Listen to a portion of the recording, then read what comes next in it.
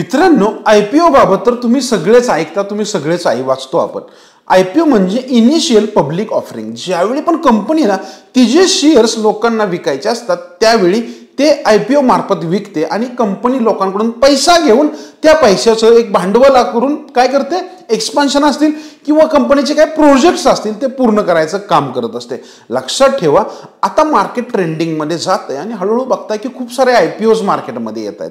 तुम्हाला हे आयपीओ घ्यायचे असतील तर एक लक्षात ठेवा, मार्केट ज्यावेळी अप ट्रेंड मध्ये असतं त्याच वेळी आयपीओच्या नादी लागावं। आणि महत्त्वाची गोष्ट म्हणजे कंपन्या पण हुशार असतात, ज्यावेळी पण मार्केट अप ट्रेंडला जातात त्याच वेळी आयपीओ घेऊन येतात। तुम्ही पाहू शकता या महिन्यामध्ये किती आयपीओ येतात, त्यांची नावं खाली कमेंट मध्ये टाका। तुम्हाला जर आयपीओ ला अप्लाय करायचं तर यासाठी एक डीमॅट अकाउंट लागतं, त्याची लिंक खाली डिस्क्रिप्शन बॉक्स मध्ये दिलेली आहे। त्याच्यावर जाऊन तुमचं अकाउंट ओपन करा आणि अकाउंट ओपन केल्यानंतर आम्हाला एक मेसेज ही करा, जेणेकरून आमच्या पण काही माहिती तुम्हाला